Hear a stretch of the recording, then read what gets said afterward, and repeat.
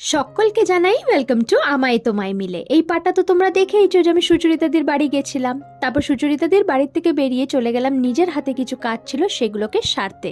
ছুটির দিন মানেই পাহাড় প্রমাণ কাজ। সত্যি গেলাম আমার আর তন্ময়ের জন্য দুটো সিম তুলতে, এটিসলাতের সিম নিলাম।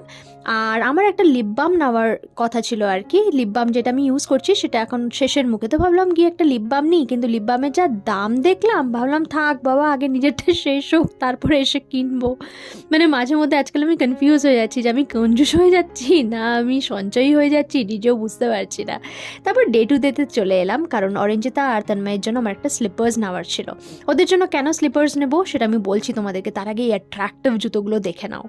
এই যে দেখো, আমি যে স্লিপার্সটা পরেছি সেটা অরেঞ্জিতা তন্ময় দুজনেরই খুব পছন্দ হয়েছে, খুব কমফোর্টেবল বলে। বাট আনফর্চুনেটলি ওদের সাইজের আমি স্লিপার্স পেলাম না, তাই খালি হাতেই বাড়ি ফিরলাম। ভিডিওটা ভালো লাগলে লাইক করে দিও।